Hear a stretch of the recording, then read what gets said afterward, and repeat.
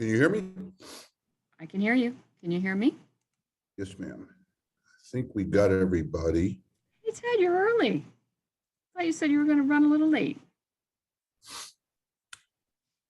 You're on mute. Yeah, well, there we go. Good afternoon, everyone. On behalf of the Resilience Innovation Hub and the Water Tower, Richard and I would like to thank you for joining us this afternoon. We wanted this first interaction to be sort of small scale to encourage interaction and conversation. So please don't be shy as we go forward. In light of the man-made and natural challenges that our communities are facing, the Resilience Innovation Hub has pulled together a collaboration between the insurance industry, reinsurance companies, academia, and several federal agencies to cross-pollinate ideas and create a plan that brings solutions to these communities.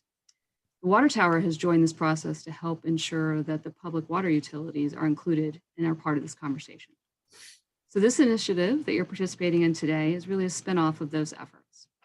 Our goal is that the survey results, along with today's conversation and additional efforts that we have planned, will provide us with a valuable set of information, if you will, that we can then feed to the Biden administration, FEMA, HUD, and EPA as they begin to develop programs that address resiliency. If you haven't had a chance to complete the survey, please contact me because I want to get it to you. And if you know of a utility that you think should participate or just that you want to share with your network, please share the survey. We're going to continue to keep it open for a while. But thank you for taking part in today's roundtable. As a valued colleague and supporter of utility resilience and someone that I have an immense amount of respect for, I'd like to introduce Cindy Wallace-Lage, president of Black & Veatch's water business, to provide some opening remarks. Cindy? Thank you, Melissa. Great comments, and I'm so excited to start this conversation. You know, many years ago, I was at a conference where a speaker noted that energy and telecommunications are the pillars of building a community. And while I understand that basic want for energy and that desire for connectivity, my belief is that water is the foundation of a community upon which the pillars can be built. There's no substitute for water. There's no substitute for the influence water has. Beyond its life-giving function, it drives economic development. It creates sustainable communities. And as noted earlier, the challenges continue to grow in our communities, and water tends to be influenced by that. Changes in demographics, changes in climate, urbanization. We have aging and frail infrastructure in many places and inadequate infrastructure in others. We need to provide clean water and sanitation for all, and that's across the United States. Oftentimes we view that as somebody else's challenge, yet we have many parts of our community that don't have that access, and we need to be able to make those investments such that we can have that water infrastructure that serves all. So today, I want to just touch quickly on 3 trends that I see as moving, that help move us forward to a sustainable water infrastructure. And first is what we're talking about is resilience. When you have a resilient system, you have well-maintained, well-developed infrastructure. You have social equity and well-being. You have a place where people want to live and work now, as well as in the future. It's building a sustainable community. And without water, cities and communities cannot drive growth and economic development. It's critical to every economic sector. It takes water to manufacture all products, to grow the food we eat, even to perform a Google search. It absolutely influences how we grow, attract, and retain industry in our communities.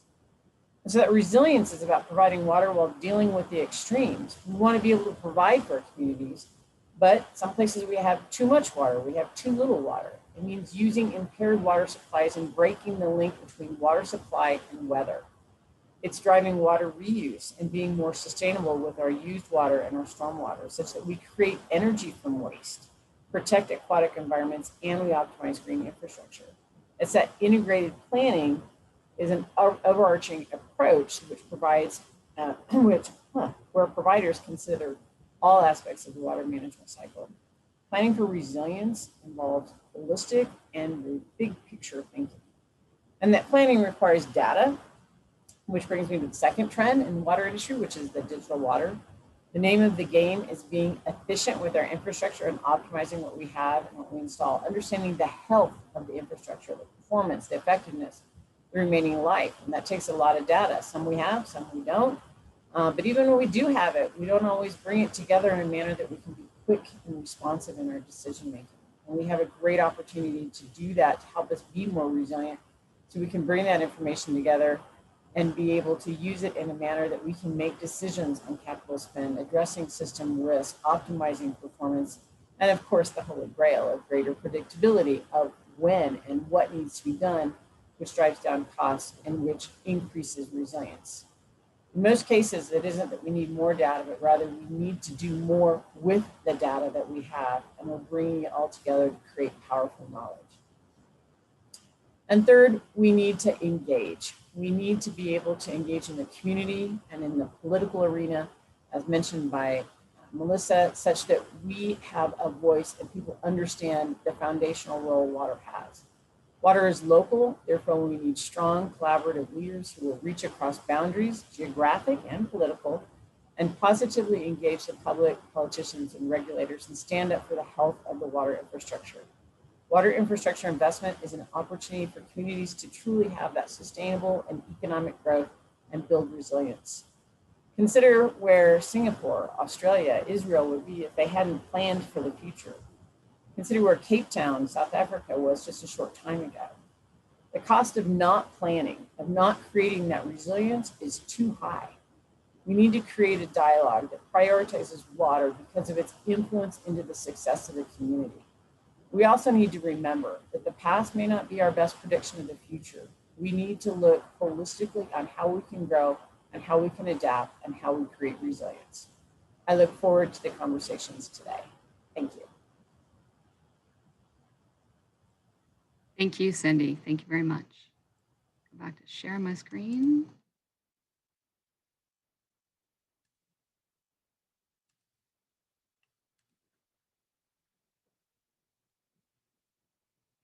Maybe.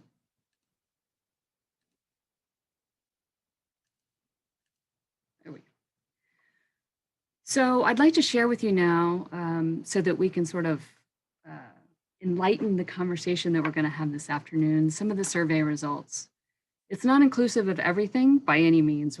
We had several pages of additional comments beyond the survey that I'm still filtering through. But I did think that just introducing you to some of the highest ranked items would be an interesting backdrop for today. The disasters, as we know, come in all shapes and sizes. But certainly, you know, when you look at a lot of these, water is at the core of them. May not be the form of water that we want, but definitely water is in those top ones. As a result, our ability to be able to communicate with our stakeholders is a significant challenge. I think we've made some progress throughout COVID on that, but it still is ranked up there at the highest, as is keeping our employees and getting them adequately trained. Not far behind are what I thought would be at the top, which is really that equipment. You know, how do we get our equipment fixed? How do we get those services that we need? But the people ranked above all of that. So really interesting. The things utilities are doing differently include communicating internally, designing for resilience, using smart technologies for prediction and real-time analysis. When disasters strike, utilities are collaborating more with outside entities, not just other utilities, but also nonprofits, corporations, and other local government offices.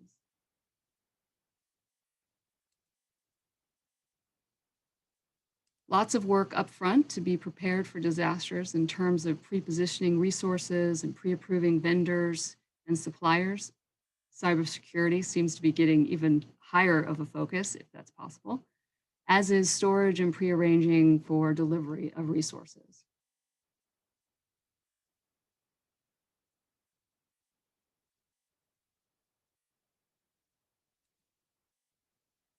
Our current efforts to prepare include ensuring our CIP includes resilience, incorporating smart tech into new projects, retrofitting existing projects.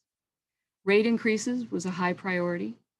An interesting write-in on this question was having a backup plan for low-tech operations. I guess if you lose cell service and electricity, it kind of puts your SCADA system at risk. So just a different way to think about things.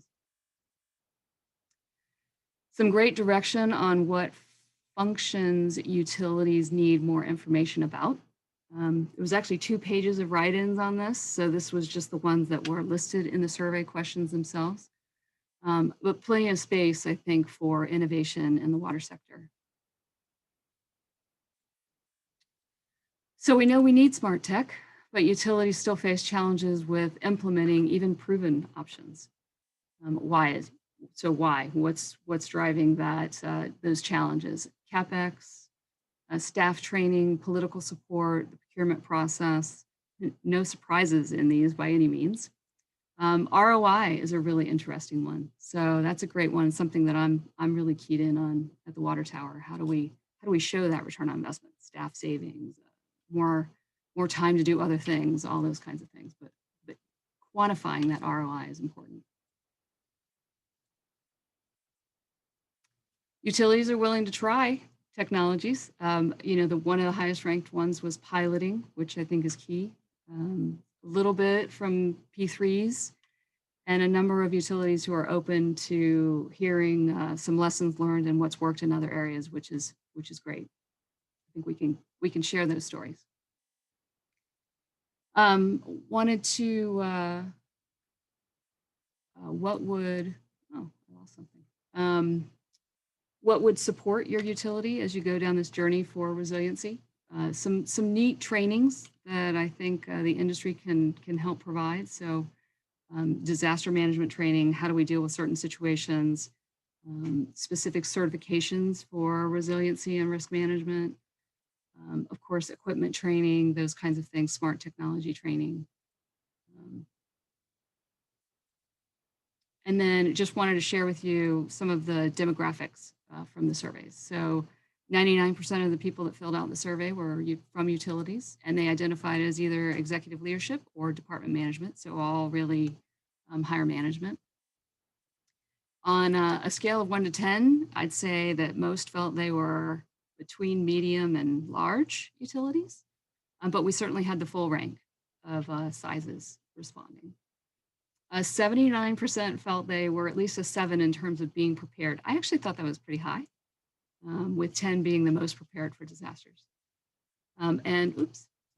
Although no one was very confident, i.e. they didn't say 10, they felt that their communities understood that disasters would impact them. 60% said that was between a 7 and a 9. Again, I think that's a little high, but it's good to be positive, I guess.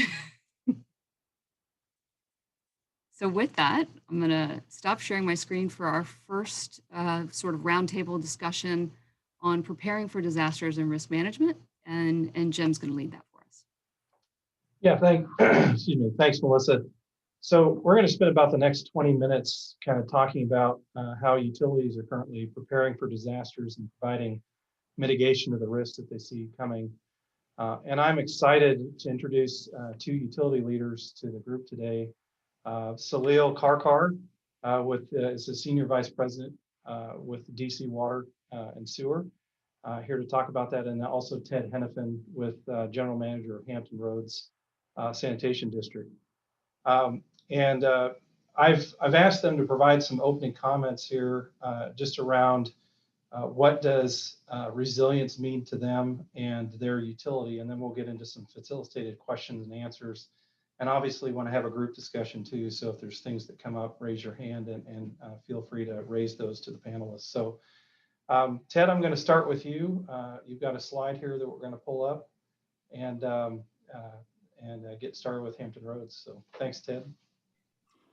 Well, thanks for the invite, and I'll just do a few opening comments. But yeah, so I think your question was really about what does resilience mean to us here at HRSD, and I think it's a pretty broad and obviously been debated about what is resilience, and it gets put in different directions. But really, to us, it's the ability to respond and and recover from pretty much anything. And I don't really think that's anything new.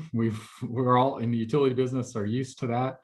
But I think the newest piece of this is maybe much more intentional to think about that, plan for it, and really broaden that variety of disasters. I think the survey showed there's quite a long list, and that was nowhere near inclusive. That all the things that have the potential to impact our utilities. I think there's been new items, the pandemic being one. I doubt any of us 2 years ago were foreseeing that a worldwide global pandemic would impact our operations. We may have talked loosely about a flu epidemic of 10 years ago, but I don't think we were prepared for the impact of the pandemic. So I'd say that's a new disaster that's now we've got some experience there. We've added that to our playbook. In our case, the one slide that I was going to show really is our recent example with ransomware. And I think cybersecurity has become a big issue, but for most of us, it's somebody else's problem maybe, or somebody else's impact. So this is, we have had a recent ransomware attack. We're part of that growing number of utilities and local governments that have been hit. And that slide there is a picture, actually, as I came to the office on November 18th at 5 a.m. It's not something you want to see on the door, taped to the door when you come in, saying that if you can't read it, it says, please do not power up your computer. If it's not on, do not turn it on. And there was a buzz of activity in our IT area. And so we had been hit with a ransomware that took us totally down hard that night. And that's a disaster that, we had been investing a lot in cybersecurity. We actually have a $15 million 5-year plan. We had hired a CISO. We were well into that work, and yet we still got hit. So, I don't know that it's an if, it's a when, and then how well can you recover from that? Just the punchline there is we didn't have to pay a ransom. We recovered from backups, but it was probably one of the more stressful times of being a leader in the organization. So that's a great disaster. Another one that didn't, I think is a new item that doesn't get much attention and didn't make your list is mental health of employees. You hear a lot about the shootings, and it's really comes home here in Virginia Beach, where the city of Virginia Beach, May 31st of 2019, we lost 12 city employees, all in utilities, people we knew closely. We have 4 that were seriously injured, so that brings it home. And then we've since had at least 2 employees with credible threats, and you learn hard that the ability to respond and manage that is probably more challenging than anything else you're going to run into. At least it is in Virginia. The police and mental health capability to help you deal with that is very much lacking. And you're pretty much left out there hanging on your own, trying to figure out how to protect your employees, protect yourself, whoever the threat is. So that's one I think is a new item. Trending items for us, sea level rise and climate change. That's been we're a coastal community. That's been a big issue. The more traditional items that I think when we think resilience are hurricanes, infrastructure failures. One that hasn't made the list, regulatory changes. Really, that's a huge impact for. You need to be resilient to be able to address the whatever's coming next from the regulatory perspective. And then there's some core functions, I think, or core disasters that don't come top of mind. But that's really around the workforce, and I think a lot of people are talking workforce. Are they prepared? Do you have the right people? Can you get more people? Finances, and then more importantly, in my mind, governance. A quick change in an elected or the folks that you're dealing with can make a big difference. And are you resilient in that aspect? Do you know how to pivot if that changes dramatically? And then unique to us, and I just thought I'd highlight a couple more, billing system disasters. We bill 480,000 accounts. We had a disaster with that when we did a conversion back in 2007. That was probably the most public and most challenging thing that you can deal with is mess up people's bills. And you're in front page, regular evening news. It's not fun. Consent decree. We've got a consent decree as many of our other utilities. I'd say that's an area where you need some resilience to understand how to manage a consent decree operation. And then EEO investigation. We've had a few of those, and those are challenging. And again, resilience in the form of making sure you've got a good DEI program, that you're doing what you need to do to try to really create the environment to eliminate that or minimize that risk. And finally, safety programs, we all have them, and it's a dangerous industry. And I've had the unfortunate responsibility to go tell someone's mother they weren't coming home, and that's another risk that we face, and we need to be resilient from the actual loss of employees. So just top of mind things that resilience to me is a very broad category, and I do think it isn't new. It's just how do you recover and how do you respond. Yeah. Thank you, Ted. Appreciate you sharing your thoughts, and I think we'll come back to some of those themes here in a little bit. So yeah, Salil, kind of the same setup and question for you in terms of what resilience means to you and DC Water. Well, thank you very much, and good afternoon, everybody. I think Ted's covered almost everything we're worried about. 19 years ago, when I switched from consulting to the public sector, I didn't realize this is resiliency, and talk about it. This is a daily action in the operations world. You're continuously fighting fires, and you hope your systems are ready to handle them. And I'm very pleasantly surprised how well we do. The cyber attack that Ted mentioned is what nightmares are made of. I'm not sure how you could be resilient to that. You just do your best. Cindy talked about Singapore and Israel and their water supply, and DC's got some of the same issues. We have a lot of water in the Northeast here, but for DC, we have a single source. If something ever happens to the Potomac, we got to evacuate the city and this region. That's a very scary thought. Projected to continue to have water, but maybe 2060, with climate change, there's 20-30% probability of drought. We can't afford that. So preparing for that, that's still a long-term preparation for that resiliency. A direct hit at the mouth of Chesapeake, pushing the water back up through the Potomac and flooding the city and the plant is a major concern. But again, between the water supply and the flooding are two issues that we can engineer out. We're good at that. We know what the problem is. We can engineer them out, as opposed to the cybersecurity that Ted talked about. COVID just came out of the blue.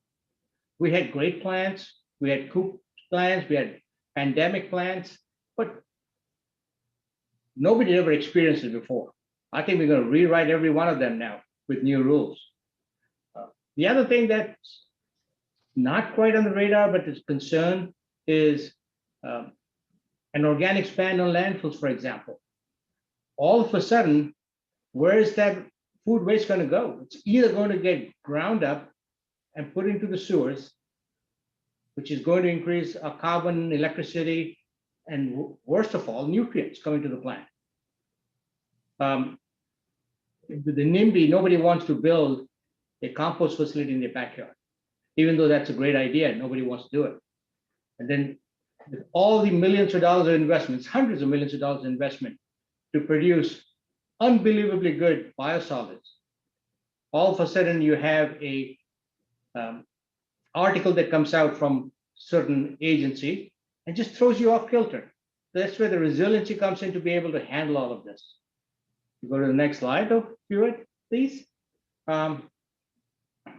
The one that's got the attention is flooding. We are nowhere close to the coast, so we don't worry about sea level rise as much, but inland flooding is a major issue. September 10th of last year, we had a sudden cloudburst that we couldn't even predict. We had maybe half an hour warning before the cloudburst occurred. It was deluged the city. Nobody wants sewage coming out of the basements. It's never pleasant. And the issue there in big step resiliency is people who can deal with it and people who cannot deal with it. And it's typically the people with the least that can't deal with it easily. Next slide. The other thing you find out when you have an issue is you're not alone. Every single agency has a piece of that. So it's very important ahead of time, from a resiliency perspective, to create bridges to the silos. Each of those agencies is a silo, but you have to create those bridges in advance so that when there is an emergency, you have a pathway to connect to them. You have a way to talk to them. Every one of these agencies is right now plugged into our flood program. And action, right? Plus there's 10 others. Next, please. So from an infrastructure perspective, we have great engineers in this country. You provide them with a problem, we can design a solution. You have to define the problem. That's great. But we can see that rainfalls are going to increase. We're going to have more flooding. We can design this. Moving on to the next slide. The next type of resiliency, energy resiliency. We have to change a carbon footprint. We got to reduce the carbon usage. We know how to do that. Yes, it's going to cost us money, but we know how to do that. We've got a range of projects, and now we're looking at options to fund them, all designed to reduce our carbon footprint. Now, when you have mixed usage and mixed power generation sources, now we have to look at microgrids to be able to control it effectively. So that's the next step. But it is still an engineering problem that we can deal with. It's exciting, but it's something we can deal with. Now comes the last piece of resiliency. It's the next slide, which is, to me, the most important one, which is community resiliency. No amount of engineering makes a difference if you have a community that can't bounce back. You have to find ways to bring up their standard of living so that they have the capability to react to an emergency. So we just ran through that on September 10th. You had basements flooded. A whole bunch of people were able to call people to dry out those basements. If you don't dry out a basement in 24 hours to 48 hours, you got a problem with mold. But we had a large section of the city that couldn't afford it. And that's a problem. Our board stepped in, created a program. We offered to pay for it. We brought in people to clean up the basements, but you can't do it for every single emergency. So we really have to look at the population that we serve and find ways to help them be resilient as part of the overall resiliency. Yeah, appreciate your thoughts on that, Salil, and both you and Ted kind of helped tee up the next set of questions and stuff that I kind of had here for you. Sure. Both of you talked about, a wide-ranging number of issues, right? Cybersecurity, water scarcity, resilient communities. It's a big umbrella, it's a big tent. So what are your thoughts? I guess, how are you individually as utilities working to address resilience within your capital implementation plans, within the planning elements, within training? I mean, what are the tactical things that you're doing as a utility to bake more of this into your standard operating procedure in terms of how you think and how you operate as a utility? And have you expand on that? Either one can jump in. So, Dave, if I mind, I'll go first. It's just to give a quick example. We have lead lines in the city, in most older cities. We have to replace them. It's a challenge. It's a huge amount of money to replace all the lead lines, hoping the infrastructure bill goes through and we get some assistance here. But it's using the capital program. It's something we've started last year, is building equity into prioritization. And we do that by using an area deprivation index as one of the priorities. So there's the traditional condition, number of breaks, and all the other factors, but we had never used the area deprivation index. So when you bring the area deprivation index into your prioritization, all of a sudden, it's the communities that need help most that also move up to the top. And when you do that, and you've got replacement of small diameter water mains, then the lead line replacements come along with it. So there's parts of the city where homes can afford to replace the lead lines and with their own money, and they can do that rather than having to wait 10 years to get them replaced. And there's parts of the city that can't afford it. And by building equity into your prioritization, you're able to fast track the ones that can. So that's just one example. Great. Yeah. So Jim, I obviously highlighted a wide variety of things. And I think my point was really, it's really hard to pinpoint what's next, right? So, I think we come at it from a cultural perspective that we're going to have an innovative, flexible learning culture so that our folks can pivot and do what needs to be done based on the dynamic world we're living in and what we're facing at any given time. So it's a sort of building that way of life within the organization so that whatever hits you, you can turn and figure out how to do it. So that's built into our CIP planning. Foundationally, SWIFT, which many of you are aware of, is our reuse program where we're recharging the aquifer. Foundationally, that was a regulatory stability. That was to get a handle on that resiliency part of regulatory change. We wanted to control our fate for wastewater regulations, and we figured if we took it to drinking water, what else can they ask us to do? And instead of doing that incrementally over 50 years, we're just going to take that giant leap forward and start treating the drinking water standards, find a good use for the water.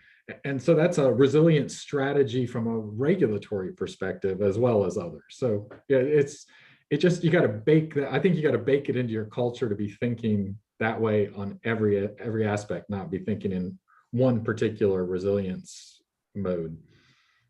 Yeah, appreciate that, Ted. I know one of the things that came up in the survey results, I was looking through them and seeing, is there any surprises or anything? But, that capital piece always comes up, right, in the water industry about value of water, our ability to pull on capital to incorporate resilience. One of my observations, I was on a call in Texas after the ice storm, and everybody was going, well, how come we didn't have backup generators or pump stations in our drinking water plants? We do at our hospitals. Why don't we have them at these critical facilities? So my prompt is, how are you articulating as a utility to get ratepayers and stakeholders engaged to want to invest earlier rather than point the fingers and spend the money after the disasters happen and potentially spend a premium on trying to fix the issue versus invest in a good plan? Are you taking special strategies to help bring those ratepayers along in terms of invest in resilience? You'll get a return. So I'll jump in there. I think we live in a bit of a Disneyland world here at HRSD because we have an appointed commission, and you're really under the radar from ratepayer revolt at this point, and we've done significant increases of rates for the last 15 years. So that we may get kicked out of Disneyland at some point in the future, but largely we've made the case to our commission, who has got authority to raise rates without any oversight. Technically, there's a little bit of potential oversight if we had a revolt through the State Corporation Commission, but we don't have to present a rate case to any other body. So we just have to, from a staff perspective, bring our commission along to see this world is utilities as a long haul and focus on the future, not the present. And so over that course of 15 years, we've gotten that commission to focus truly on our financial plan and 20 years out, what's happening, as opposed to, what lawnmower are we buying next year? So, I think, again, it's a very fortunate culture that we're in with an appointed board, and I realize it's not what everyone has. So I can't really say that we're making a strong case to the ratepayers. Now, when we go out and visit, we definitely make the case, like the SWIFT investment, of how that's going to save money in a very long-term perspective, and how it has all these other environmental benefits. And typically we get nods, but right now they aren't showing up with pitchforks and tar and feathers. So we're going to keep asking for the resources that we think we need to do the right thing. That's a good point, and hope they don't come. The one way to do that, and the one that we're trying, is you have to change the conversation. The facilities that you build, the conversation need to change from these are, and I'll use DC water as an example. These are not DC water facilities, but these are the city's facilities, and you've got to give them something they can be proud of and walk out there and say, hey, this is what we did, not just what DC water did. example would be the tunnels that we're building. It's $2.7 billion. That's a lot of money, especially considering there's only 700,000 odd people in the city that are paying for it. So it's a major impact on the rates. But what the point we have to make is just they've been since the inception, since the first part went in, they're not even complete, right? We've removed 20 billion gallons of overflow to the river. That's a lot of numbers. We've removed 6,000 tons of trash to the river. But it's not information that we need to keep with us. It's information we give to the community, and we help the community understand what it is that they did with their investment in terms of the environment. We have to make these their projects. This isn't an authority project. We the same thing with the biosolids, the thermal hydrolysis, the CHP. You reduce the carbon footprint of the city. You have to change the conversation. You have to bring it so that they have ownership of what you've done. Yeah, appreciate that, Salil. And I think just to kind of wrap this part up, because I know we're getting short on time with this panel. Matt Reese, you sent a note to me here. Maybe just come on mute and make the comment verbally for us, because I think you make a really strong point in terms of even how it's framed as a resilience initiative.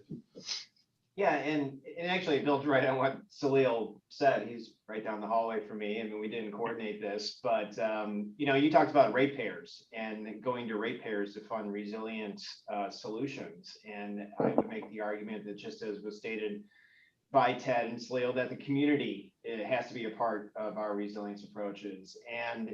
And when you look at it that way, I think we need to open the doors of looking at other ways of funding these resilient approaches, infrastructure, planning, engagement, whatever it might be.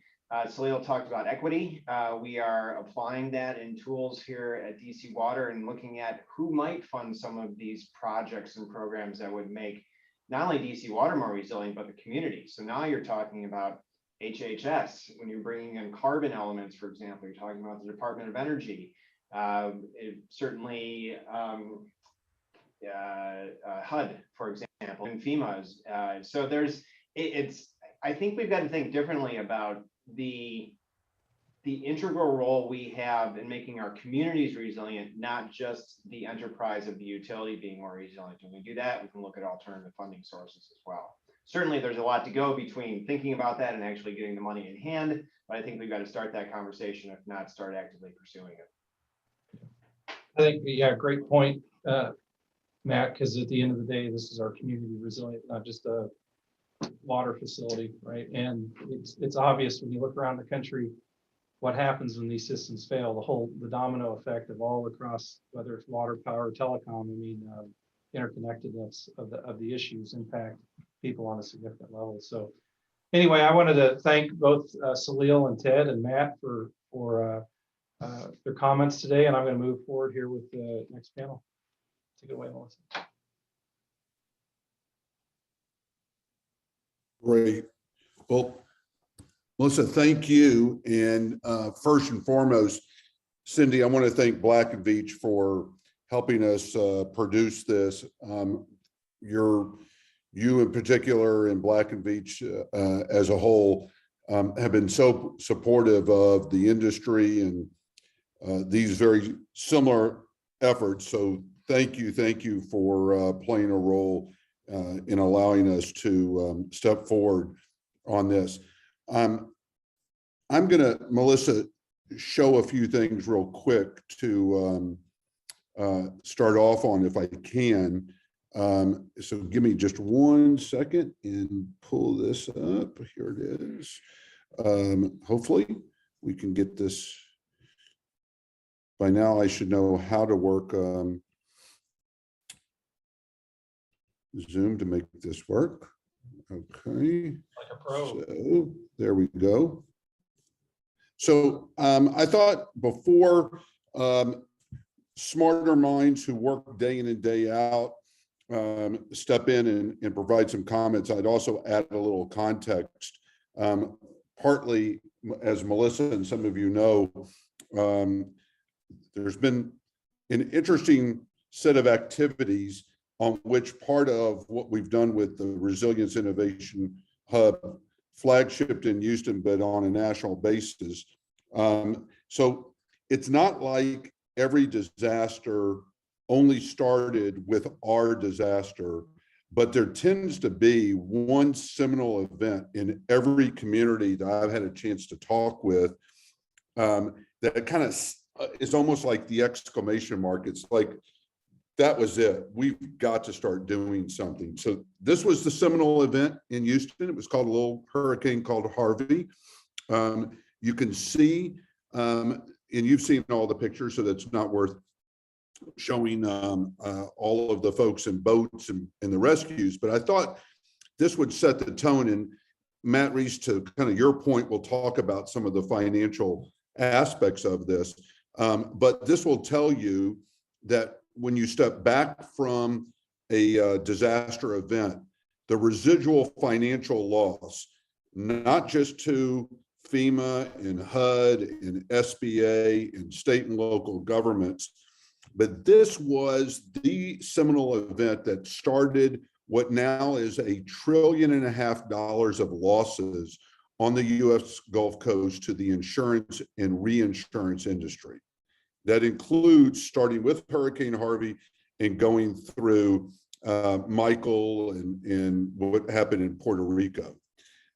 The other part of this is that during the time when we started working with different utilities across the state, we decided to do a global call to action to find out who had skid-mounted energy independent units that either A, could generate drinkable water or help with some form of storm flow, not for the utility and not for the public sector, but primarily for the corporate campuses and the corporate settings. What's interesting is that in the course of that call to action, in our visiting with different chambers and different business organizations, every one of those leaders said the same thing, which is a little bit shocking. Richard, why do we need to be doing anything on our campuses? That's what FEMA does. When we had to remind them that FEMA does not show up on corporate campuses, then the comment was, well, that's what the state of the county does. We had to remind them one more time. However, what did occur was this, and that was that the city of Houston Public Works and Houston Water, having had one of its 3 major wastewater treatment facilities go completely off the grid and underwater, sending out 4 million gallons of wastewater into the energy corridor, home for BP, Exxon, Shell, a number of them, decided to use an emergency purchase order to actually build out a 1 million gallon a day off the grid, completely wastewater treatment facility side by side with the facility on the west side that had gone underwater.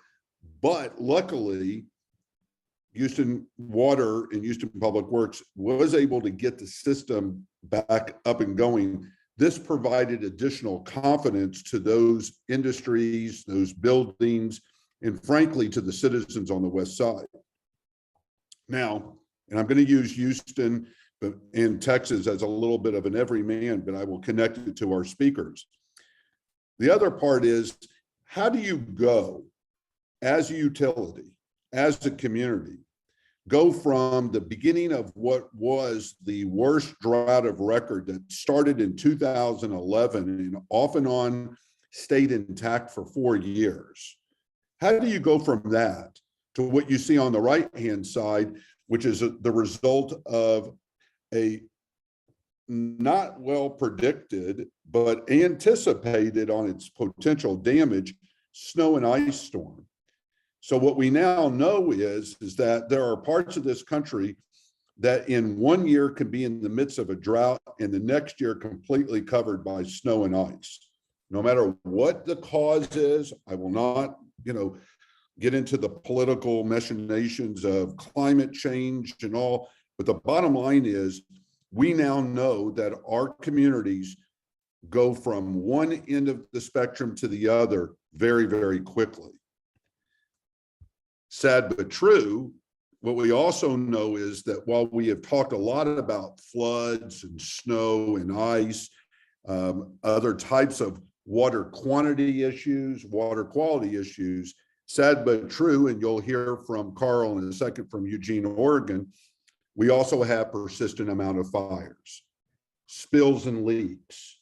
One of the things that we now know from these fires and spills and leaks is we will do whatever it takes to put a fire out.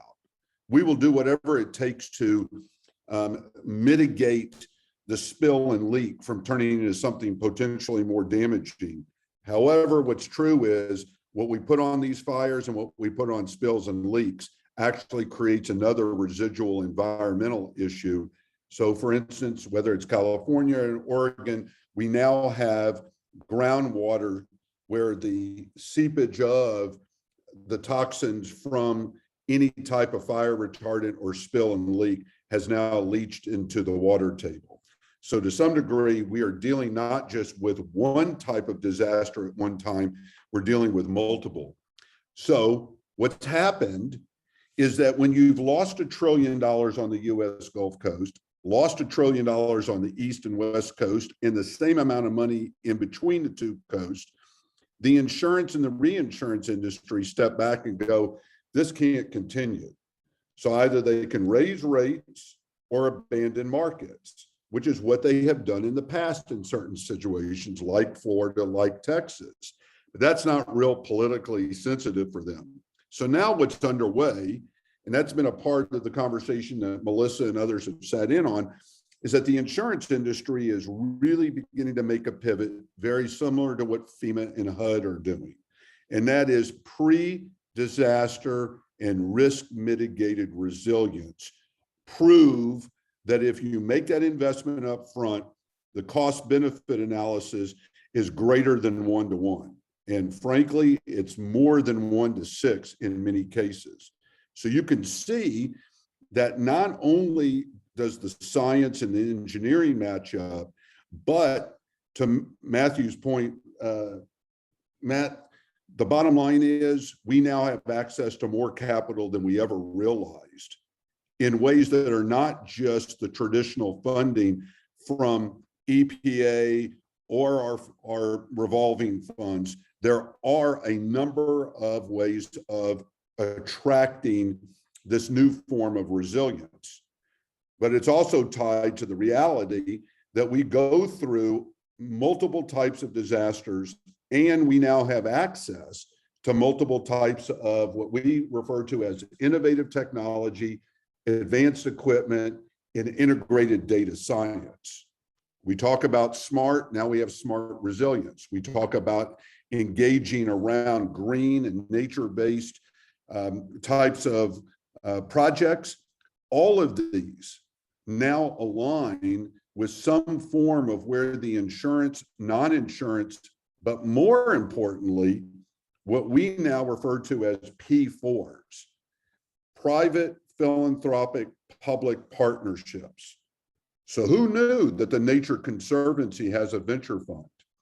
Who knew that Walgreens and the Walmart family, Walton family would step forward and start funding projects that actually tie into resilience adjacent to public facilities. Last but not least, and I use this as a slight example then to turn it over to smarter minds, it is complicated. It never has been easy. However, what we now know, and this is just an example from some of the flood mitigation efforts in and around Houston, you can see from this graphic, we go from the most available funds that we've ever had to also being able to look at attracting other non-public funds, having an impact on low to moderate income neighborhoods for their resilience, leveraging with the insurance community on how to present their future claims. And now we also have more than hydrological modeling. We have a whole significant amount of financial and economic modeling that can actually show and predict behavior that if we do something that's preventative, that reduces future risk, loss of operations, loss of life, that we can actually show how this will impact the CIP, the city budget, and the investment arms of other potential contributors. But there are still some red flags, and we can talk about those at some point. So here's some tools for you to access additional information. But with that, I'd like to turn this back over now. Melissa, if you could pull up our esteemed team here. We've got 3 individuals. Our fourth, unfortunately, is dealing right now with a disaster that we all know, and that is that Hardeep with Miami-Dade. As of this morning, Miami-Dade Water is a part of the other groups of public agencies that are going to inspect 100 buildings within, I don't know if it's 72 hours to a week, Melissa, but they now are on the ground inspecting 100 buildings based on the collapse. But let me introduce and go in this order. Jeff Habe with San Antonio Water Systems, SAWS. Followed by that will be Carl Morganson with Eugene, the Water and Energy Board there. And last but not least is our esteemed colleague from Gwinnett County and doing great work side by side with Melissa, and it's Charlie Roberts. So Jeff, if you'll unmute yourself, Carl and Charlie. Jeff, why don't you start off with a few observations about how San Antonio has its lessons learned and how you're applying certain technologies and applications to resolve future disasters. Sure, and I appreciate the introduction. I think the best example we have is what we went through during the winter storm event, the winter storm Uri that happened just a few months ago in February. We never, in my professional career, I've been with SAWS 24 years now, never thought I'd look across our system and see us with so many areas without water. And what we learned from that is, we prepared for a lot of disasters just like everyone else, and had a lot of coordination. We were kind of on the edge of the hurricanes, and we go and help quite often when hurricanes hit the coast. We dispatch our crews there and help during Harvey and all the different disasters. We've been all the way to Mississippi helping. But this was unprecedented. And I will say that I was on a call with all the public utilities, all the water utilities here in the state of Texas that Wednesday of the winter storm event. And all of us were in the same boat. And everyone was facing boil water notices and loss of water service. And I think the lessons that we've learned since then, and it was mentioned early on by Melissa, but what we learned, and I think what our partners learned, we mentioned our other partners, be in contact with your medical facilities, your different districts, your city as well. We're owned by the city, but we're a separate utility. Is that you have to plan together and communicate well with your utilities, your power utilities, your hospital districts, and things like that. But the one thing that really struck home, we had a planning meeting after that with the city emergency operations center. We learned that water is the key. Many of the hospitals said, we can be without power, but we can't be without water. And they said, until this disaster, they never realized that. And the implications of not having water at some of their hospitals, and thank God we didn't lose it to our main hospital district, but we lost it to a lot of outlying hospitals. We lost water service. So you run into dialysis centers, things like that. How are you going to do dialysis without water? And when we went through that disaster, we're like most utilities. I don't want to ramble on too much, but most utilities, if I ask anyone in this, what's your number one objective? To maintain service to everyone. That's our objective. That's the way utilities operate. Maintain service to everyone. Acceptable pressure, acceptable water service, acceptable wastewater service. But as this event went on that week, we saw that that wasn't possible. So I think what it's taught us is we really prioritize towards the end. Number one, you got to get water service to your hospitals, to your level 1 trauma centers. Number 2, you got to make sure that if your power generation facilities during an event like this rely upon potable water from your service, got to make sure that they have it. Number 3, here in San Antonio, national security is a big thing. And number 4, one you really wouldn't think about, was food service. We have a large distribution center for HEB, which is a large grocery store chain here in Texas. If we fail to provide service to that facility, that's impacting the food supply chain across the state. So I guess what we learned is you got to team with your partners, and we're really teaming with our partners very closely now and really planning for those things. And, it's very difficult to say who is the critical customers, but that's the difficult question to answer. Who is critical? So really we've learned, I could go on and on about what we've learned from that event, but I think very few utilities, I'll share one other thing that people don't think about from a resiliency perspective is mentioned communication. I learned this from Houston.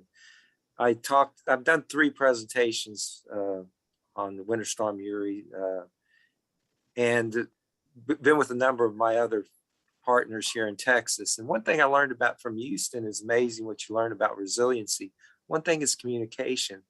We all know that our operations personnel are important during an event, and we prepared. We brought people in, we brought food, we prepared, we knew this winter storm was coming.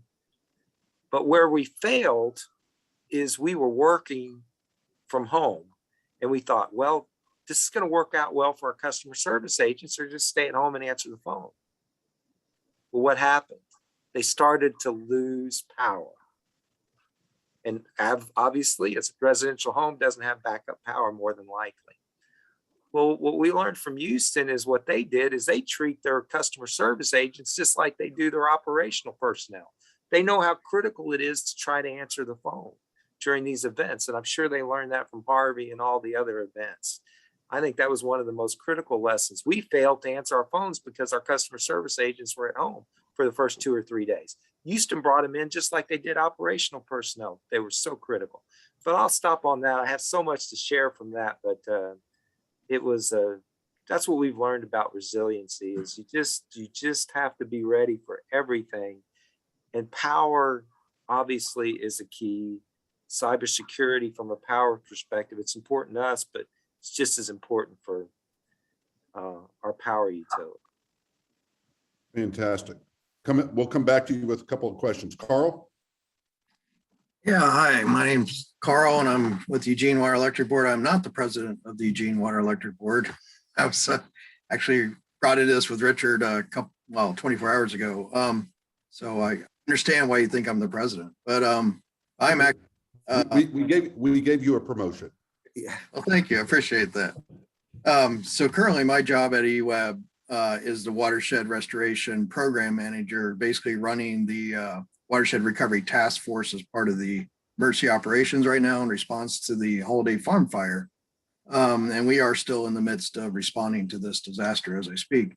And so what happened was last Labor Day, some 70-mile-an-hour east winds hit us. And this is literally once every 200-year kind of event, apparently.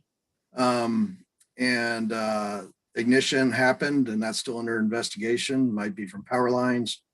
And basically a fire swept down the McKenzie Valley, which is our sole source of drinking water, burning 173,000 acres and destroying 430 homes in a matter of less than 48 hours. So and it was basically a blowtorch. It was like a flamethrower. And this not only happened to us, it happened to the Santiam watershed next to us, which is the water source for the city of Salem. It happened, there's 5 watersheds that had similar events, all of them municipal drinking watersheds. And so it's kind of interesting exercise in how each of us responded, and very differently each of us responded. And so basically what we found really the biggest thing that we had done before the fire that paid the biggest rewards to us. I mean, I have a whole list because, I was talking to Richard and he's looking at engineering, construction, technologies. And so I have a list of those things that we did, which I don't think we can cover in 5 minutes. But so just the piece that really benefited us the most was, first, we reorganized ourselves in the utility about 5 years ago to really have under one department water quality from source to tap. And that included a water quality lab that we have at our treatment plant, which then we expanded the capacity of that lab to include cyanotoxins, metals, nutrients. So that lab was beefed up, brand new lab was built. And then that department that's that's looking at water quality from source to tap was actually moved to be as part of the treatment plant. And so we were kind of connected and embedded with the operations of the treatment plant. And I think that alone positioned us on, we had a cyanotoxin event in 2018, which we responded to quickly and learned lessons from, which helped us in this event. But really one of the key things that allowed us to respond quickly to the fire, which mitigated a lot of impacts to our water quality, was that before the fire, we had a program that we had rolled out called Pure Water Partners, where we were working with landowners in the watershed to protect and restore riparian and floodplain areas. And so we had incentives. We'd do riparian assessments on properties, design restoration, and then do that work. And we had about 90 landowners and throughout the watershed that were in this program that we launched in 2018. And when the fire hit, basically you have displaced all these people because they had to evacuate in a matter of hours. And so we were concerned with obviously the impacts of that fire on water quality. And so we did a couple things. One is that from the Pure Water Partners program, which is a collaborative of us, the Forest Service, University of Oregon, Watershed Council, Stormwater Conservation District, a bunch of agencies, organizations that have come together to kind of have a programmatic approach to this work in the watershed. We're able to pivot from doing riparian assessments to doing burn assessments, from designing restoration to designing erosion control and hydroseeding, and then doing revegetation plans. And so the fact that we were literally, as soon as the fire was controlled, we were up in the watershed working because we already had relationships and access agreements with 90 landowners. The biggest issue to getting work done on the ground was trying to get access to a private property from a landowner that has been displaced and is now living in a hotel. So that prevented so much work from happening, but we were able to quickly start work on at least the landowners that we already had relationships with while we tried to track down those other key properties. One of the first things we did was, and we also used GIS to work with that program. So we'd have tablets and map in the field using GIS. We're able to then pivot and use Collector app to then map out where we want to do work on high priority project or properties that we've got the burn severity data and all that in-house, did the GIS analysis, and we knew the 150 properties we need to touch first. And we got 136 of those done in the first couple of weeks. But the other keys, I don't know, I'm kind of winging this somewhat, but obviously I just learned about the gestate. But the other piece that really helped us was from the cyanotoxin event, we installed early warning system for water quality, where we have water quality sondes positioned strategically in the watershed downstream of Army Corps reservoirs. So that helps us look at toxin events.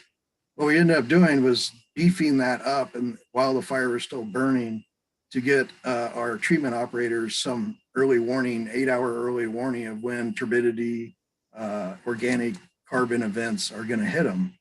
And they were able to see during the first initial storms, we had the big slugs of stuff coming down. They were able to send treatment operators up there, grab 5 gallons of that water once they saw it hitting the the sonde, the station, and then take that back and do batch treatment on it so that they knew how to handle it before it even hit them. And that was huge.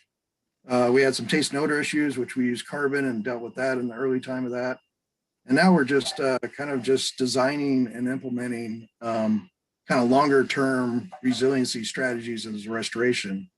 An example of that is we're doing these large scale floodplain restoration projects that gets the river and the creeks out of their incised channels that they've been in because of dikes and berms and so forth, and spread them out on the landscape. So as these landscapes that are burned start, falling apart, we're putting these systems in place in the floodplain that drops out, slows down the flow, drops out sediment, attenuates metals, nutrients, and carbon, and that kind of becomes these pre-filter to the river.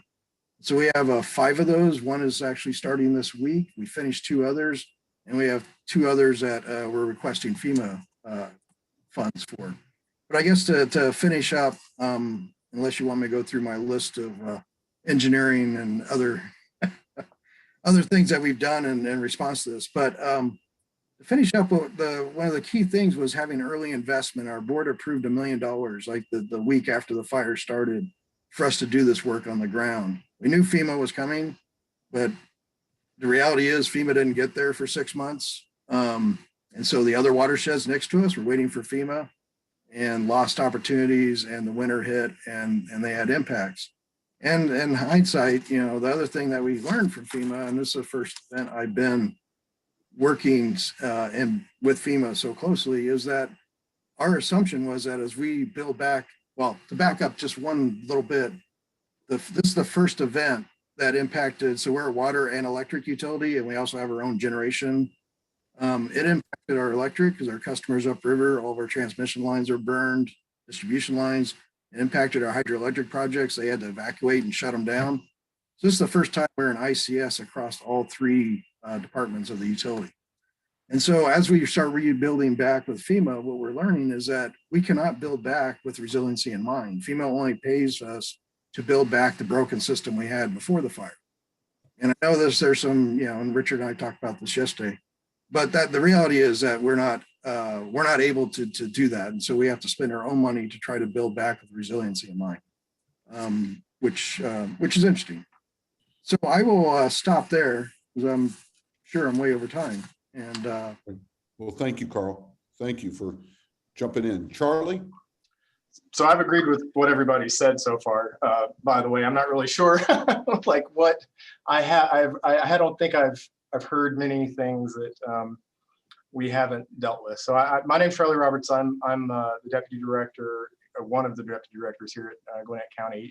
My area of responsibility is our water production, wastewater treatment, our collection system, pump stations, and the water distribution system, tank and booster. So we are a water, wastewater, and stormwater utility in Atlanta. Melissa and the water tower sits on the site where our advanced wastewater treatment facility at Wayne Hill is sitting. We serve about 1 million customers, maybe a little bit more, maybe a little bit less, depends on the census in the day. And about 8,000 miles of pipe, actually I think closer to 9,000 miles of pipe, and we're pretty close to 300,000 customers at this point.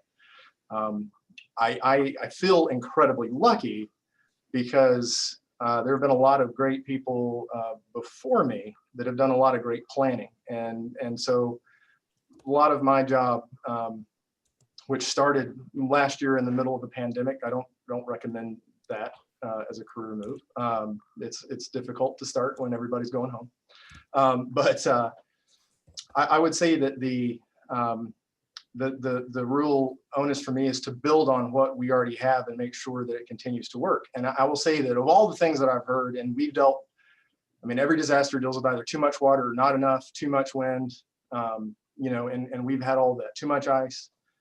The thing that I hadn't heard in all of this is the brain drain and the retirements and the mass retirements that we're having, because all of these operations that we're talking about, all these things that we're doing that are making us able to sustain operations during emergencies or bounce back quickly. It's all people. It is all people, and we are not only losing, record amounts of people to retirement, and now for whatever reason they're just going home, but also the pool of labor that we have available to us is getting smaller, right? And so we're competing with one another in the Atlanta area for an extremely valuable resource, and it's not water, it's people. So I will talk about that for a little bit. And a lot of the things that that we've been working on when it comes to disaster planning, when it comes to these things, it all centers around making sure that everybody's going to do the right thing at the right time for the right reason and be able to do that. And I will tell you that it's increasingly more difficult when the workforce is younger and less experienced. And our managers, which we have great plant superintendents, we have I have great staff, and we have a good culture here, but they're all young. I mean, and I have, I think, one superintendent that's in his one in his 50s, one in his 40s. Everybody else are in their 30s, and now they've all been in the industry basically their entire adult life, and they've got a lot of investment in them as people and leaders. But they then have to bring up this young millennial and Gen Z group of people that have a much different need and a much different, they have different motivators maybe than we had or the generations before us. And so a lot of what we've done has been around the process of managing and the process of managing people and bringing them up, training them, making sure that we have, captured the experience and the knowledge of the people that are leading us. I have a lot of systems in place, and we're building a lot of systems, and a lot of it is built around, we have, so, and I know a lot of people have these electronic operations manuals. Usually you build a new plant and you get, basically this master website sometimes. I don't know what other forms they may come in. For us, they all came in websites. And a lot of them on these other, younger or older facilities came in on CDs if we were lucky. And when I first got here 5 years ago, started working in the facility side, I started out as the director of maintenance here. A lot of those things were just sitting in the guys' drawers. They were literally in their desk drawers, had never been touched since the day that they were put in there. And frankly, they would have been useful. They were full of a lot of great information still. But I mean, the systems had changed, right?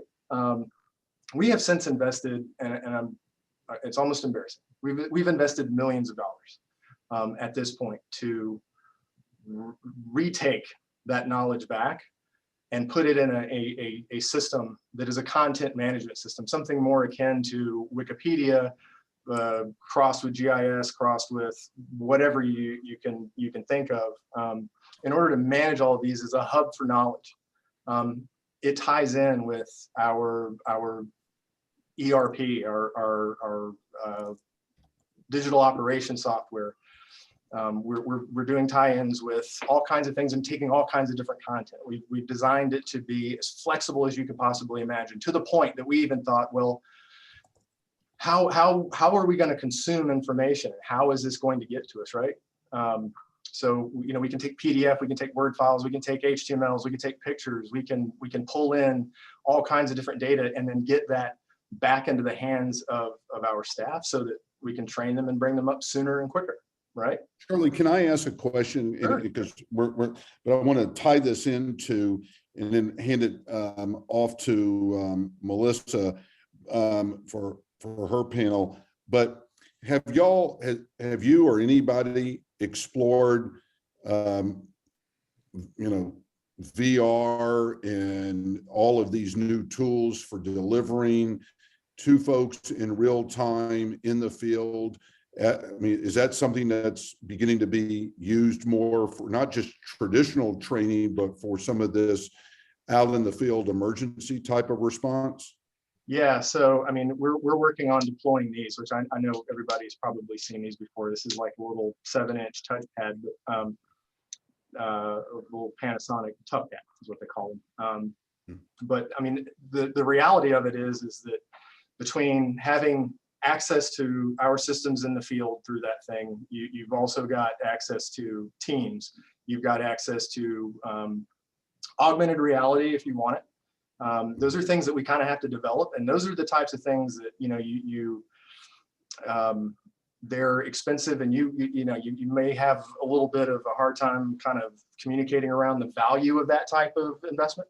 But I will tell you, I mean, everybody's designing now in 3D, and so whether or not utilities are taking their as-built in 3D and what they're doing with those, I'm not 100% sure, but we're really trying to leverage that. I think a lot of times our design engineers and when we get these projects, they take it and dumb it down for us in 2D, roll it up and then hand it to us, and we take it back and do what we've always done with it. But I mean, in reality, that's a terrible way to look at those plans. It's a terrible way to think about it. Now our guys don't think in 2D, they think in 3D.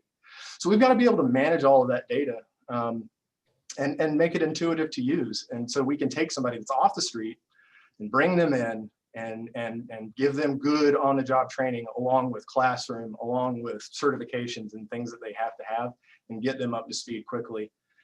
And by the way, the low tech thing, we were talking about that because all of these are high tech, and I get a lot of questions sometimes like, what happens if all of this goes away? I mean, we thought about that too, because one of the things that we wanted to do was make sure that we could take these and turn them into hard copy. So the system that we bought, I mean, when we went through our proposal, we wanted to be able to take this thing anywhere we needed to take it, offline, online, in my hand, on a PDF, on my phone, and so that's kind of what we're building, and we're. And I think, Charlie, just to kind of connect what you said, Carl and Jeff has said, is at the end of the day, what I think we're saw in the survey several times is this ability to be able to communicate in real time, communicate expertise in real time, look for where that expertise is both in-house and beyond. So I think that's one piece here that I'm taking away from this this conversation. Let me, Melissa, I know we're bouncing up against our timeline, but I would hope that if we go over by 10, 15 minutes, people will be patient with us, because there's just a lot of good ideas and lots of good information. So if folks don't mind hanging until about 3:15, if you need to jump, we understand, but I think it'd be great if we could go just a little bit longer. Thank you, Charlie, Carl. Thank you, Jeff. Thank you. Thank you. Thank you. I have two great speakers. I'm really excited about it. I've worked with actually both of them for years. Diane Taniguchi-Dennis with Clean Water Services and Kevin Carter with Broward County. Both of these individuals are collaborative and inclusive people and understand that it takes a village. So I thought they would be perfect to help us talk about these relationships that will help us as we deal with disasters. Diane, let's start with you. Thank you, Melissa and Cindy, for bringing us all together today to reflect on and contemplate how to meet these challenges that a very chaotic and uncertain water future brings to us, with a focus on resilient solutions. And I'm very inspired by all of the insights and challenges shared today by all of the speakers.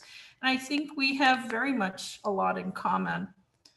Clean Water Services provides regional wastewater, water reuse, stormwater management, resource recovery, and watershed restoration services for Washington County, Oregon, in the Tualatin River watershed. And it is the indigenous home of the Atfalati Kalapuyan tribe. And I think the Atfalati aptly named our river as a small, lazy river. This small, lazy river supports the rapidly growing suburban areas of Washington County, Oregon, that serve 600,000 people and businesses like Nike and Genentech and Intel. Our board chair likes to say that Clean Water Services needs to hit far above its weight class because of what our small river demands from us. Climate change and the desire to protect threatened and endangered salmonid species on the river that could at one time, this river, and there's a picture behind me of the Tualatin River today, but back in the 1950s, in this very same location, you could straddle the river with your 2 feet. So this river has been restored through watershed restoration and through managed water flows for water quality from Hag Lake. And I have to say that this is all done on the backdrop of this very incredible year and a half that has really tested, I think, the resiliency and agility of our organizations to be able to adapt to rapidly changing conditions. I think it's twofold. It's internally, it's about how to systematically move our organizations from fear, uncertainty, and doubt about a disaster like a pandemic that not only threatens the well-being of the public, but also the well-being of our employees themselves. To transition from this fear, uncertainty, and doubt to becoming informed so that the team could continue to learn, grow, and thrive, even in the face of adversity. It's also about organizational resiliency. That was about creating a very solid foundation and communicating the trajectory of change, not only to the employees, but to the community, and reinforcing a new normal with each change. The success is that our team members share that they all felt very secure and well supported and well informed.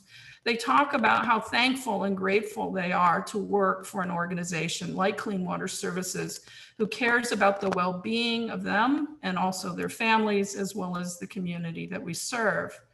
Because this is what enables them to fully contribute to public service in the face of adversity.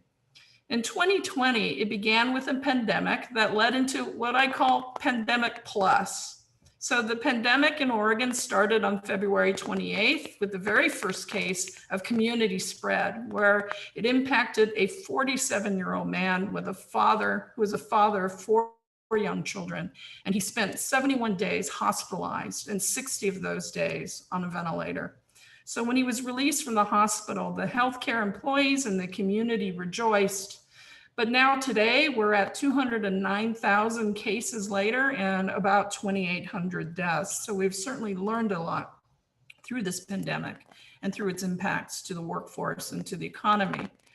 And with the loss of jobs and the shutdown of the regional economy, Clean Water Services made the decision to hold rates steady, given the wide-scale economic impact to the region.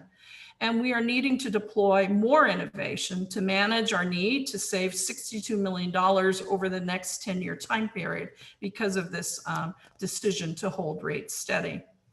The economic impact has disproportionately impacted our customers, particularly in our region of areas where our lower income families live. And we are developing more proactive ways to provide ratepayer assistance. The first phase was an application phase. So the community member needed to apply for this assistance. This next phase, we're going to do a targeted resolution of accounts to further help the folks that have been impacted by COVID and to avoid placing these folks in jeopardy with adverse credit ratings. So we're going to be proactively bringing in funds to help all of the water utilities in the region, as well as to help these families. The supply chain disruption issues during the pandemic was fascinating. It led to Clean Water Services to innovate by creating its own, this DIY approach, whether it was hand sanitizer or disinfecting wipes to sewing of our own masks, as well as developing an import supply chain for KN95 masks, 3-ply medical procedure masks, cloth masks, and gloves. And what we realized while we were able to meet Clean Water Services needs, there were community members that were having similar, more dire problems. So we catalyzed the People Protecting People initiative to bring PPE to agricultural workers, to schools, to businesses, to food banks, to mass transit by partnering with the Emergency Operating Center. So it's this spirit of supporting and helping that makes a utility even more important within a pandemic, and that our stretch to providing support to resiliency issues within a community can expand beyond just our fence lines. This DIY spirit has also led to the creation of our own DIY sensors, as well as partnering with manufacturers to bring the watershed ability for us to digitally visualize what's going on within the watershed and to develop solutions by utilizing AI. So even during the pandemic, Clean Water Services continued to use this spirit of innovation to continue on. Now, starting in May 2020, the tragic loss of George Floyd and many other lives fueled both peaceful protests and also riots and confrontations that left many injured here in Oregon. This has left our beloved Portland boarded up, damaged, and defaced by graffiti that lingers to this day. And these riots have overflowed into our suburban areas, even impacting clean water services. So facility security came to the forefront. This has really catalyzed and inspired our team to work on our equity, diversity, and inclusion journey to make the systemic changes that are needed and for clean water services to be the place where people can come, learn, and grow and thrive in public service and to the environment with great paying jobs. As my fellow Oregonian from eWeb shared in September 2020, we had the unprecedented drought and burning of Oregon forests from wildfires. This was one of the most destructive on record for the state of Oregon, with over 1 million acres burned, 40,000 people evacuated, and 500,000 in the evacuation warning areas. This brought days, just days of hazardous air conditions where we had to shelter our staff in place and yet continue operations. So on one hand, for the pandemic, we increased return air infiltration to our facilities through its HVAC systems, only to realize that we did not have enough dampers to completely shut down the buildings for wildfire conditions. These two polarized extremes just really brings to light the challenges that we have as utilities for our operations, and that we need to figure out how to invest in solutions that can handle extremes, which is extremely complicated to do. These brought challenges for our team members who needed to evacuate not only their homes, but they needed to evacuate. Many of them have livestock and horses, and that the team needed to support that effort and also continue working. So while we started our watershed planning for the wildfires in 2019 with our partners, this event certainly coalesced even more investment by our partners to continue the planning for wildfires in the Tualatin River watershed. And of course, 2021 didn't bring this pandemic plus to rest. It brought the national cybersecurity issues to the forefront, rather unlike, unfortunately, Ted Hennifan's situation with ransomware. We had a situation where we needed to manage our SolarWinds attack. And this happened at the software update level of the very software that we use to maintain our networks. And we're very fortunate to have made investments in cybersecurity and training of our teams on how to recognize the importance of their roles in protecting our systems from cybersecurity issues. On June 1st, we were given a force majeure notice that our sodium hypochlorite vendor could not deliver our core disinfection chemical to the state of Oregon. We had a 2-week supply on hand, and as you can imagine, the team rapidly deployed ways to minimize our sodium hypochlorite use, and also looked into other alternative disinfection methods. It was a statewide emergency, and of course, the drinking water suppliers had an even bigger issue. But we didn't want to induce panic in the state of Oregon. We wanted to make sure people felt secure in their water supply, and we knew we had about 2 weeks to respond to this issue. What we found out is that while there's multiple disinfection chemical vendors, there's only one manufacturing company that services this region, and they were down with electrical equipment failure. We learned how vulnerable we are across the US as it relates to this very critical supply chain that we all need to begin thinking about. And after much interagency coordination and working with our vendor, they were able to break loose 2 rail cars from Canada to supply sodium hypochlorite for the region. But literally, it took the efforts of the state, Homeland Security, and emergency managers to get those tank cars released from the border so that they could support the supply chain needs here in Oregon. Good news is they were able to bring it back online so that emergency was averted, but yet it tells us how the supply chain is extremely vulnerable that we need to begin thinking about. Now, not only do we have pandemic plus with that chemical supply chain averted, but now we have a drought. So we've started flow augmentation to the river at the earliest time on record, and we're going to likely go on longer into the season, making our thermal compliance issues to the forefront of our thought and the needs to diversify our strategy.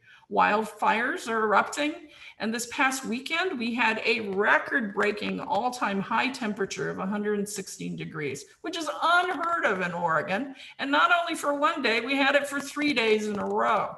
So today we have a high of 82 degrees, and it's a welcome event where it's actually amazing to watch the temperature differentials that can occur with our issues relating to climate.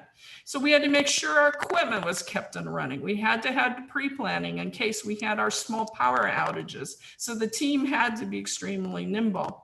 And today we are celebrating the reopening of Oregon with Governor Kate Brown lifting all of the restrictions, and yet we still have this sobering reminder in the face of the Delta and the Delta Plus variants. And with less than 60% of our workforce vaccinated, we must still continue to live with this virus while respecting people's medical choices. So the team is continuing to innovate on how we can respect people and their choices, yet provide protection for all of the employees in light of the lifting of all of the safety requirements. So the team has a lot that they're still working on. I must say, I am a bit worried about earthquake, locusts, and floods to totally round out this pandemic plus in year 2, but hopefully these natural disasters won't come to pass. So this made me take, as a water leader, a very deep reflection, and it is about who we choose to be in this chaotic time and how do we as leaders navigate and catalyze the needed solutions, whether under extreme conditions or for a new normal, and how do we do it in a way that leverages more than just our one entity can do alone. So at Clean Water Services, we are continuing to focus on investing in our traditional pumps, pipes, and plant investments, but utilizing these investments and opportunities to infuse innovative solutions that will result in more environmental and social value. We're expanding our investments to strategically invest in water resource recoveries for water, energy, and nutrients, while restoring our watersheds and building utility infrastructure resiliency so that we can face both the challenges of water quality and quantity as it relates to wastewater discharges and stormwater. But also we have to invest in our organization to meet the knowledge transfer and succession planning for this mass exodus of us baby boomers. I'm a baby boomer. My board wants me to work for another 10 years, and I'm telling them that's a long time, folks, but we have to plan for this passing of the leadership baton to this next generation of leaders and our Generation X and our millennials. And we utilize the experiences through this pandemic to really amplify their own leadership and their ability to work through these types of incidences and to teach. And the team is calling it the Clean Water Services way of being. So for me, these investments of optimizing our OPEX and CAPEX while managing risks, and we've brought on a captive insurance company to better manage our risks, and we call it the Clean Water Insurance Company, and using innovation to continually look for ways to diversify our utility income. For me, these are imperatives so that we can adapt and mitigate through the amplification of this variability that's facing us with the climate challenges and the risks that face us. And more than ever, I believe our time to invest is now in building our organizational resiliency internally, as well as investing in these resilient solutions and externally driving our work. And how do we do this? We do this through transformative and intentional ways with our residents, our businesses, our peer agencies, and our nonprofits, to treat them as partners, to collectively align our individual agendas into a cohesive whole by working together for the river and for the watershed. It's about visualizing together and sharing information for the purposes of leveraging our collective resources to solve these complex problems. This is no longer a transactional approach.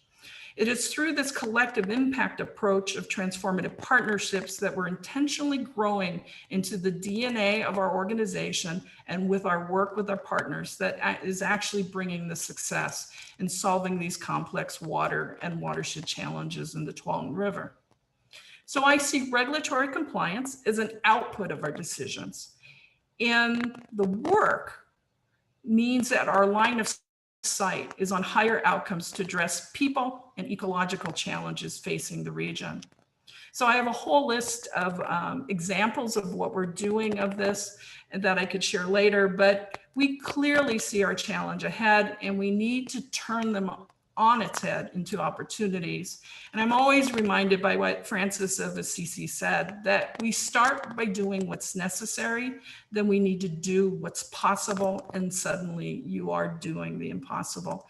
And that's sort of the Clean Water Services story. So thank you for letting me share sort of this philosophical approach, but I'm happy to talk about technological and details of our investments later. So thanks, Melissa. Thank you, Diane. Always great to hear from you. Kevin. Great. Well, yes, thank you, Diane. I see this event today personally as a start of a conversation with all the names and faces that I see in the Hollywood squares of our virtual world. And I've already been to your website. I encourage everyone to go to Diane's website, and I look forward to continuing to learn from you and the others that we've heard from today. It's also a great opportunity for me personally to reconnect with Melissa. I think many of you know she's been a really good part of her career in South Florida as the executive director and governing board member of our regional South Florida Water Management District, where I had the privilege to work for her.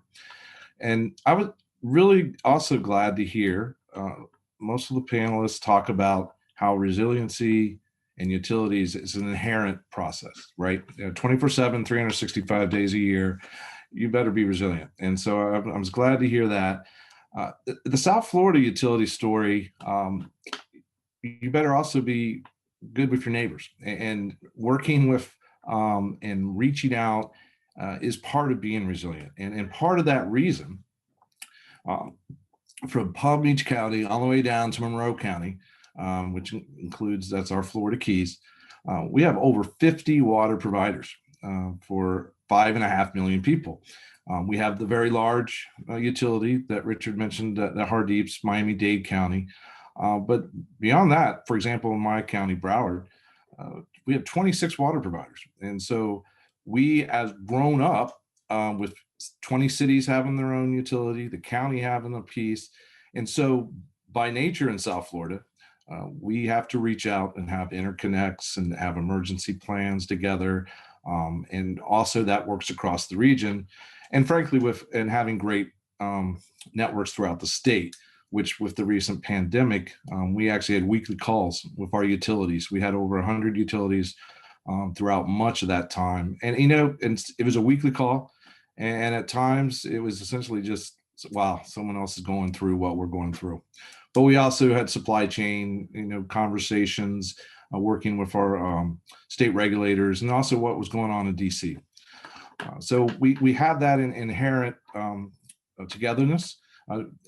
But I also want to touch on, and I think one of the reasons Melissa wanted me to be here today is a governance side of collaboration. And when we think of disasters in South Florida, climate change, of course, is right at the top of the list. Some of our cities at 2 feet above sea level. And about 10 years ago, our policymakers, they had a game changer, and it's called the South Florida Climate Change Group. And it basically said, our policymakers said, look, climate change is important. It is a priority. We are ground zero. Now, this covered all societal sectors, but from the water sector standpoint, there were over 20 priorities outlined. And as an employee within this context, within this governance, it emboldens you, right? It's like, yes, resilience isn't something that we have to think about 10, 15 years down the road. It is now.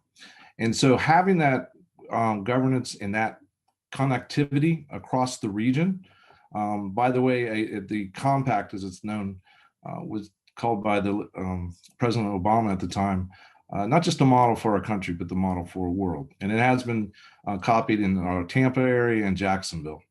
And so that certainly, broadening out from, just thinking of your utility and day to day, and even your neighboring utility, certainly brought regionalism into the picture from a utility perspective, and something that I would be glad to, talk more with people after this, my opening remarks. And so those are actually what I would kind of stop with at this point, so we can have a few minutes of conversation. But I will close with what our major, things that we are looking from a disaster standpoint. Hurricanes, obviously, we've got way too much practice with those. But believe it or not, Florida has droughts, not like what's going on in the West right now. But so we also have to think of alternative water supplies to be able to mitigate, against future drought conditions. And in Florida, population growth. Population growth is almost like promoting a potential drought condition just because of the number of faucets you're going to have to hit in 2050. So I'll close there, Melissa, and we can hopefully I'm available to whenever people would like to talk. And again, thank you for the opportunity. Thank you for doing the survey. It takes a survey to kind of get a pulse to get us, set towards a path forward. So thank you very much for your efforts and leadership on resiliency. And thank you, Kevin. You did a great job of sending out the survey to all of your peeps and putting them to reply. So I greatly appreciate that. Keep doing it, by the way, because we're still collecting them. Okay, we'll do. I'll take advantage because we are well over our time. If anyone has any burning things they want to bring up or something that you heard earlier that might spark the conversation, I think Richard and I would love to continue this conversation. So certainly would love to hear your thoughts either by email or a follow-up phone call so that we can sort of wrap our arms around some of the ideas and see if we can push some policy issues. And since I'm on the floor right now, I'll say yes, definitely. And I think the timing is very important now. We're all watching DC as far as whatever infrastructure is going to happen. And in our own state of Florida, through federal stimulus funds and the state legislature, we have over $700 million floating down across the state for resiliency. There's CBDG mitigation funds now, and I mentioned BRIC funds. So it's not the policy, obviously very important, but matching that policy where we can actually start spending money on some of these things in a big way. So.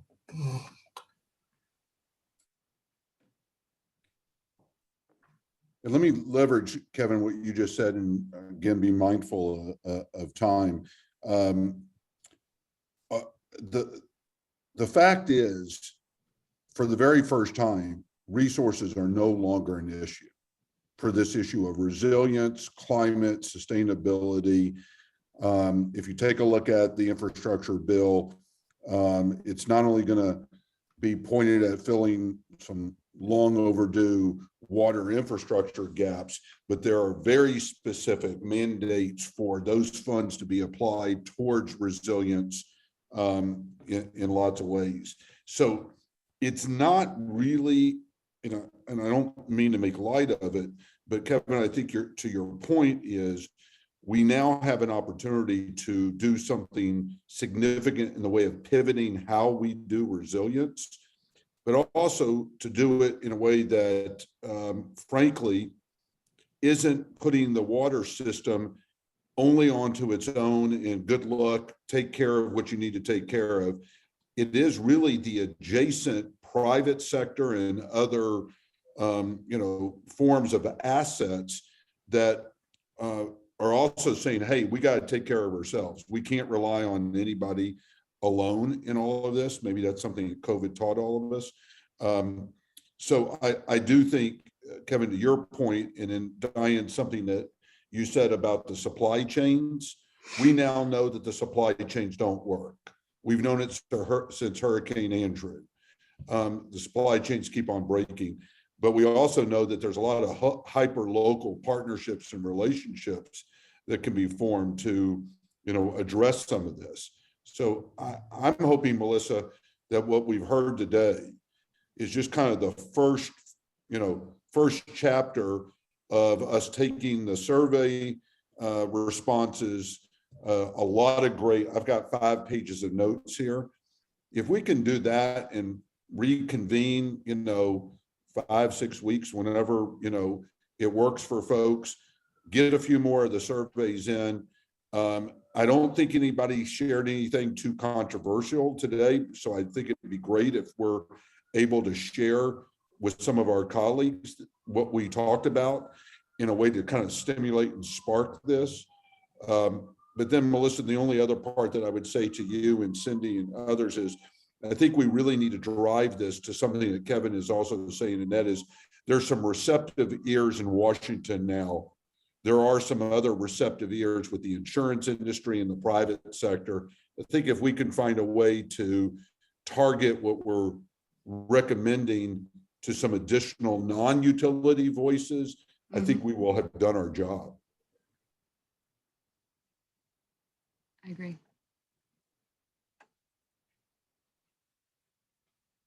Yeah, I think that's a great plan, Richard, and we'll just cast it out to everybody and hopefully get the same group plus. So, yeah, we'll make that happen. And Ted's agreed with me on something, so I'm back in control. You're always in control. I really do appreciate everyone sticking with us. That was very good. Thank you. Good.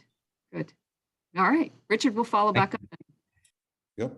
Thank you, everybody, so very much. Thank you for those who were able to jump on and jump into the panels at the last minute. And again, thank you, Melissa, for your continued collaboration and partnership. And once again, thank you to Cindy and Black and Veatch for helping us have the resources needed to make this work. Absolutely. Everybody have a great July 4th. Stay healthy, stay well. Stay safe. Bye-bye. Thanks. Thank you. Bye.